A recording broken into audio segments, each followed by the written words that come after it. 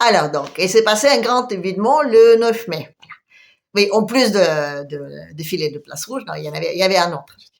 Il y a un événement très très important et très représentatif. Les Américains, donc, ils ont mis en vente leur bons de trésor, les obligations.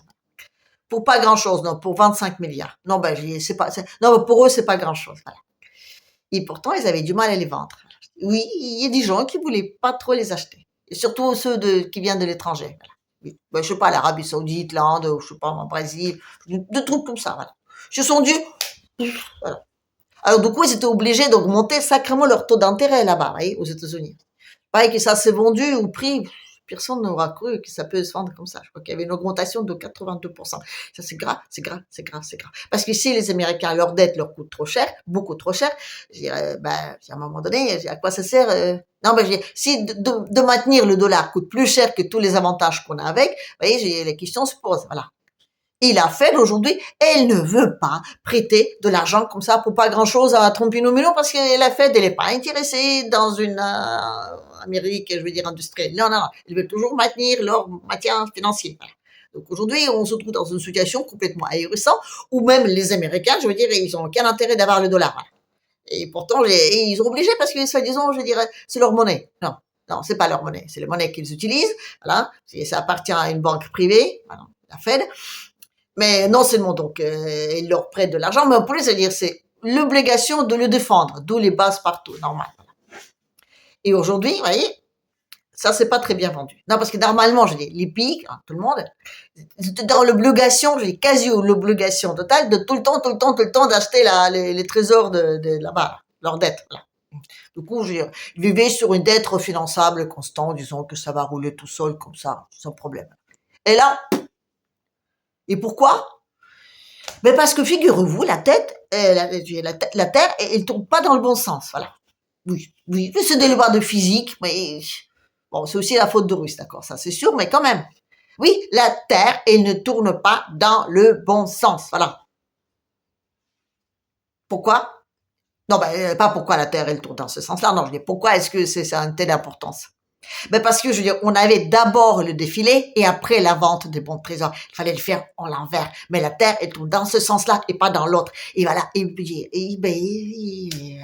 Et donc l'ancien monde officiellement vient de mourir le 9 mai. Désolé de vous l'annoncer comme ça, mais c'est un fait. Voilà. Aujourd'hui, le monde des pays parias, comme disent Chelsea, ils ont plus peur les petits coquins. Voilà. Sur la place rouge, il y avait donc 34 pays représentés.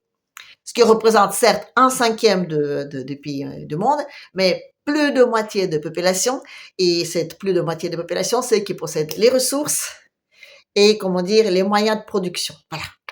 Et en plus, parmi eux, il y a 5 qui possèdent l'arme nucléaire, la fameuse, qu'on aime bien secouer dans tous les sens. Voilà. Et tout ça, c'était là, je veux dire, à Moscou, je veux dire, ensemble, unis, tous, comment dire, sur le même drapeau. Voilà. Et ils ont montré au monde entier qu'ils ont plus peur. Si aujourd'hui, les Américains ils veulent toujours défendre leur dollar, ben, il y a de quoi leur répondre. Voilà. Et même si aujourd'hui, je dirais, on veut, comment dire, rétablir, soi-disant, la démocratie dans quelconque pays, ben, on montrait bien que ce sera défendu. Parce que d'habitude, c'est comme ça que ça marche. Donc, hein. On a donc un pays qui prospère, qui commence à prendre ses aises, et tu dis, tiens, je vais devenir souverain. Paf! Dictateur sanguinaire, les bombes démocratiques, et après, donc, la démocratie? Non, le terrorisme. C'est important, le terrorisme. Le terrorisme, c'est ce qui vous permet de mettre des bases partout, des bases démocratiques, parce qu'il faut se défendre du terrorisme. Voilà. Vous savez, il y a en Russie, à un moment donné, donc un problème des gens volaient les chevaux. Il y avait certaines donc régions où il y avait donc ce problème-là. Alors donc le tsar a nommé donc dans chaque région un responsable qui était donc là pour régler les problèmes de vol de chevaux. Donc il y avait des endroits où il y avait des vols de chevaux, il y en avait où il n'y en avait pas, mais le moment donc où il y avait donc dans chaque région un responsable nommé, on commençait à voler les chevaux partout. Parce que c'est le principe même. Voilà. C'est exactement pareil. Aujourd'hui, là, partout où il y a du pétrole, il y a les dictateurs sanguinaires et il y a les terrorismes et il y a les bases démocratiques. Voilà. C'est comme ça. Si vous voulez donc mettre des bases quelque part, ben, il faut juste avoir du terrorisme. Voilà. Et après, donc, on donne, on fait semblant, enfin, je dis pardon, on essaie de le combattre, voilà. Je suis désolée si je dis ça comme ça, mais enfin, je veux dire, l'armée otanienne est tellement forte, tellement puissante avec tous ces pays-là, ils sont pas capables de combattre quelques gus dans le désert, voilà. Après, c'est vrai, les quelques gus dans le désert, ils ont l'avantage, hein. Ils trouvent des armes dans le désert qui poussent au sol, voilà. Les Africains, les populations, ils trouvent pas, mais les terroristes, ils en trouvent, voilà. Je sais pas comment ça se fait, mais ils trouvent plein de matos, super surpoids. Donc, forcément, je dirais, ils connaissent des endroits. C'est comme des endroits aux champignons. Les terroristes, ils connaissent des endroits où ils poussent donc des kalachnikovs. Voilà. Bref, voilà. Aujourd'hui, ce que je veux dire, c'est que là, l'unité sur la place rouge de tous ces pays pariens, comme disent Elsie, ça a montré au monde entier qu'aujourd'hui, on va défendre tous ceux, finalement, qui voudront désobéir aux ordres. Voilà. Et on a mis en avant un exemple, voilà, super, splendide, comment dire, Traoré. Traoré, donc un pays dans toute sa splendeur qui veut donc récupérer sa souveraineté. Un tout petit pays perdu dans le Sahel, un truc, je veux dire, par excellence, je veux dire, démocratisable, d'accord? Voilà. Bon, aujourd'hui, il y a le président, l'avion présidentiel de Poutine qui allait le chercher, qui l'a récupéré, qui l'a ramené, hein, qui permet de conclure plein d'accords dans le domaine d'éducation, et puis qui l'a ramené ensuite intact, le mec. Et tout ça, c'est montré au monde entier qu'aujourd'hui, le petit garçon, d'accord, hein, il est protégé, comment dire, par ses deux papas. Papa 1, papa 2. Voilà. Vous devez être content parce que c'est ça que vous voulez tout le temps. Vous voulez qu'en Afrique, tout le monde, les papas se marient entre les papas. Vous dites, si les papas sont pas mariés, vous n'êtes pas démocratique. Ici, vous n'êtes pas démocratique, vous allez crever de faim. C'est comme ça. C'est le principe même, vous comprenez? Donc là, je dis, Traoré, voilà. On a montré au monde entier que si demain, le petit coquin, il dit que moi, je veux faire pousser mon propre blé, je veux récupérer mon propre or, je veux utiliser mon propre uranium, hein, et d'autres, je dis, si je veux avoir des centrales nucléaires et de mettre des usines pour construire mes propres bagnoles, je peux le faire, puisque je suis protégée par mes deux papas, voilà. Et ça, c'est grave, c'est grave, c'est grave, c'est grave. Parce qu'un esclave qui n'a, comment dire, plus peur, c'est grave. Un esclave qui n'a pas faim, c'est dramatique, mais en plus, un esclave qui est éduqué, mais alors là, qu'est-ce qu'on va faire, nous, je dis les pauvres accidentaux, là. Parce que vous savez, nous, aujourd'hui, vous savez grâce à quoi on vit, hein? On vit grâce à nos institutions, ces fameuses institutions qui permettent finalement, je dirais, la vache à lait de monde entier. Le monde entier travaille pour nous, voilà. Ceux qui ont les ressources, ceux qui ont donc, à dire, les machines de produire et ceux qui ont les main-d'œuvre. Nous, aujourd'hui, on a les institutions qui nous permettent de toucher de l'argent par les spéculations sur tout ce qu'ils produisent là-bas, hein, par les assurances, par les transports, voilà. Oui, aujourd'hui, je dis, il faut que le monde, je veux dire, il faut qu'on achète des tomates de l'autre côté parce que c'est là-dessus qu'on gagne de l'argent, pas les tomates qu'on fait pousser juste devant chez nous. C'est normal, voilà. Parce que je dis, il faut que cette machine d'institution fonctionne, voilà. Et je dis, dès que vous voulez sortir de cette machine, paf, vous êtes dictateur sanguinaire, voilà. Et le monde des pays parias, aujourd'hui, ils s'organisent, ils le montrent en entier. Et ce que ils l'ont montré juste avant qu'on a mis là-bas les bons de trésor en vente, a montré bien que les gens aujourd'hui, ils ont compris le message. Voilà. Ouf. Et ça, c'est grave. C'est très, très grave. Parce que je dis, nous, en Europe, par exemple, à part nos institutions, on n'a pas grand-chose. Parce que aujourd'hui, par exemple, le blé, voilà. Oui, donc c'est donc dans nos institutions à nous qu'on définit le prix du blé. On définit le prix du blé, donc, sur lequel on spécule, ouf, sacrément bien. On définit aussi qui c'est qui a le droit de vendre et qui n'a pas le droit de vendre, voilà, qui n'a pas le droit d'acheter. Par exemple, en Afrique, s'ils veulent acheter à manger, ils ont besoin d'argent. Mais leur argent là, ils en ont pas. Enfin, ils ont le franc CFA, mais bon, je dis, c'est un peu comme des étiquettes, jolies étiquettes découpées dans les journaux, ça revient à peu près au même. Parce que c'est très bien, je veux dire, faire des monopolies, mais tu peux pas aller acheter quoi que ce soit à l'extérieur. Voilà. Donc les mecs, ils ont obligé de fabriquer quelque chose ce genre. Enfin, je veux dire, on va dire, sortir des ressources de leur terre, le vendre à l'étranger, donc récupérer de devises, mais ces devises-là, ils n'ont pas le droit de les garder. Il faut qu'ils soient gardés dans les banques, la française ou enfin autre, là, vous voyez. Et chaque fois, quand ils veulent acheter quelque chose, il faut qu'ils demandent de récupérer leurs devises, vous voyez. Donc, déjà, rien que là-dessous, c'est pas possible. Après, il faut qu'ils aussi, ils ont des moyens pour fouiller, donc les switches et tous les autres trucs, là. Et en plus, je veux dire, les bateaux qui veulent arriver jusque chez eux, je veux dire, et la sécurité, et l'écologie. Attendez, le bateau qui vous amène du blé, il n'a pas des panneaux solaires sur ce toit, c'est très polluant, oui, on court à une catastrophe, voilà. Donc voilà, si voilà, chez vous, les papas sont pas mariés avec des papas, hein, vous n'êtes pas démocratique. Et si vous n'êtes pas démocratique, vous allez crever de la faim. C'est comme ça, c'est comme ça. Ah, c'est très humaniste. Et là, les petits cocos, ils montrent au monde entier que les pays parias aujourd'hui s'organisent, et non seulement ils s'organisent, mais ils montrent au monde entier qu'il y a un petit pays en Afrique, là, on va faire un exemple de lui.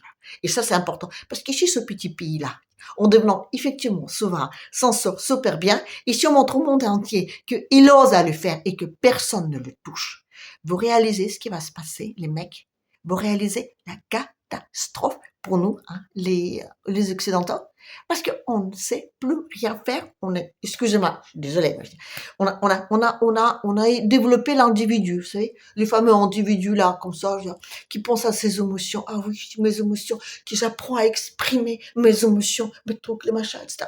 Oui, on a enlevé totalement, la cohésion sociale, la solidarité, le civisme, tout ça. Non, on travaille sur l'individu, qui a les droits de décider ce qu'il est aujourd'hui. Et surtout, il a les droits d'exprimer ses émotions, parce qu'aujourd'hui, j'ai plus honte de mes émotions. Et en attendant que j'ai plus honte de mes émotions, je suis désolée, hein. Et qui c'est qui va aller faire la guerre, hein, pour défendre nos valeurs, hein, je veux dire, démocratiques, là, en tout cas, c'est de nos institutions. Qui c'est? Voilà. Non, je veux dire, on peut pas avoir les deux. On peut pas totalement détruire, je veux dire, les sociétés et après demander à cette même société d'aller se, enfin, si on peut. Non, on peut. Si on enlève le RSA, par exemple, puis si on n'a plus de travail, on fait comment? Les mecs, ils vont aller s'engager, normal. Oui, ils vont aller s'engager pour mourir pour nos valeurs, voilà. On va faire une petite 4e Reich, comme ça, et puis on va aller faire la guerre aux méchants russes pour la paix, pour notre paix, et pour donc retourner à notre merveilleux système basé sur des règles universelles, démocratiques, humanistes et civilisées. Voilà. Contre des méchants dictateurs que eux, donc, ils veulent que le monde entier vive bien. Non, le monde entier ne peut pas vivre bien. Il faut qu'il y ait que petite tranche de population qui vit bien et les autres, il faut qu'ils bossent pour elles parce qu'on n'a pas assez pour tout le monde. Voilà. C'est là le hic. Voilà. Donc du coup, oui, je suis désolée, les Russes sont méchants et on est obligé d'aller refaire la guerre et donc du coup, oui, on va nous suspendre tous nos avantages sociaux parce que de toute façon, on n'aura plus de pognon, donc les questions seront résolues. Mais surtout, on va nous nettoyer le cerveau comme quoi les Russes sont très méchants. Voilà. On va reconstituer le 4e Reich. Le seul problème qu'il y a là-dedans, c'est qui sera le chef. Voilà. Et ça va être dramatique parce qu'on a quatre chevaliers de la paix là-bas. Et ils n'ont pas inventé de la poudre, ça c'est sûr, mais en tout cas, ils sont plongés dans les petites intrigues. C'est pas possible, ça va être très amusant, ça va être pitoyable, ça va être limite, je veux dire. Non, attendez là, vous les avez vus. Non, vous les avez vus quand ils se rencontrent. Vous avez vu tous les papous, tous les trucs, tous les grands sourires, toute la rigolade qu'ils se font. Hein. C'est vraiment, je dis, les mecs, comment vous dire, ils se comportent comme des gonzesses, vous voyez, qui se retrouvent ensemble et qui savent que chacune a fait un sale coup à l'autre, vous voyez, mais qui essaient de faire genre, ah oui, comment vas-tu, tout ça, vous voyez. C'est exactement pareil. Les mecs, je dis, attendez là. Déjà, en train, on verra. Je veux dire, il y en a toujours un qui trahit les autres pour prendre la place de l'empereur ou de César, j'en sais rien. Mais là, on en a quatre plus la 5e rue de Carrosse, encore, je veux dire, c'est pas sûr que c'est pas les plus forts, parce que je veux dire, attendez, un juif ukrainien, et là, les mecs, on n'a pas inventé mieux, écoutez, file hein. Et donc, on a les autres, là, qui chacun se croient d'être donc d'avoir le pays et la personnalité de celui qui donc sera le leader de cette coalition de machin. Voilà. Mon Dieu. Les mecs, on va être mal. Parce que déjà, le fait que cette bourse de blé existe, c'est dramatique parce que, encore une fois, et ça va faire que les esclaves n'auront pas faim. Les esclaves qui n'ont pas faim, qui n'ont pas peur parce qu'il y en a qui disent qu'on va les défendre. Et en plus, parce que Traoré, quand il allait à Moscou, il signait des accords sur quoi? Sur l'éducation. Voilà. Il veut que on les apprenne, eux, de gérer leur pays. Voilà. Alors donc, si non seulement ils n'ont pas faim, en plus ils contrôlent leur propre, je veux dire, développement et leur nourriture, hein.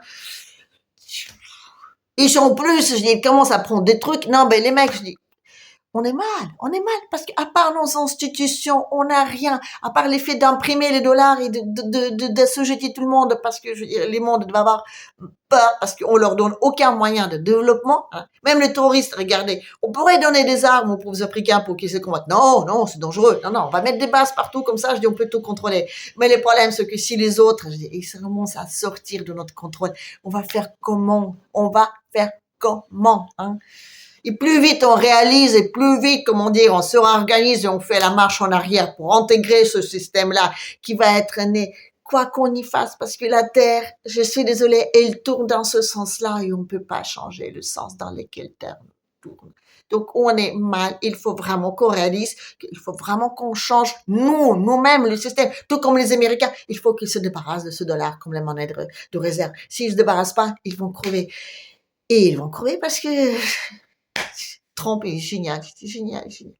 J'ai jamais vu un mec de tout rater comme ça, mais avec autant de panache. Bref. Allez, je vais m'arrêter là-dessus pour aujourd'hui. Donc, je vous dis comme d'hab, n'hésitez pas de partager, de mettre des pouces, et des commentaires et tout le reste, parce que ça permet donc le développement de ma petite chaîne. Et je vous rappelle aussi que j'ai ma page Tipeee. Donc, s'il y en a parmi vous qui veulent me soutenir, on va dire un tout petit peu, n'hésitez surtout pas. Voilà. Allez, en attendant, moi je vous dis à la prochaine.